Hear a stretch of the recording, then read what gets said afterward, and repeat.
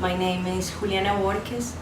I am here to present something about my work, Trazos de Tierra, Land Outlines. This is a project I started with this back.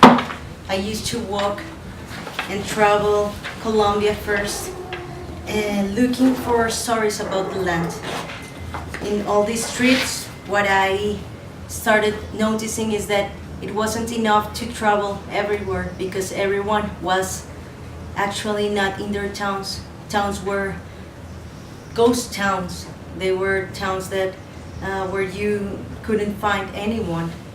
And so I came also to Bogota, where I started finding people that had been forced displaced 3, 4, or even 5 times. Many of the persons that tell their story in Trazos de Tierra are persons that are still threatened by the armed conflict. This is the box I created. It's a box that has the, I put inside the camera, and here I used to put like the crayons. And all these stories were told just by an invitation that was, tell me about your land.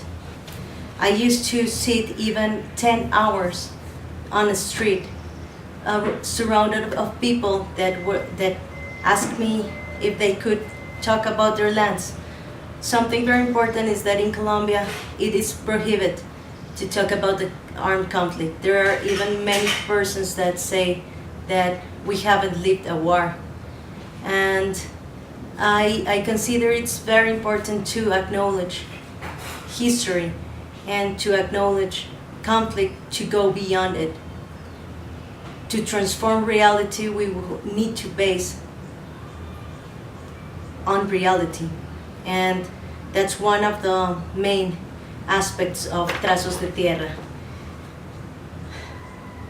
These are the storytellings of people who had to leave their land, of people who had to suffer violence, and who also have their memories of a beautiful landscapes and self-culture that even though they had to leave behind, as one of them told me, I can't lose the earth, the land, because I bring it with me in my nails. This is the reason why bringing memory to the reconstruction of a nation is important, because through memory we can reconnect one to another and open the space for co-creation and reconstructing society. Thank you.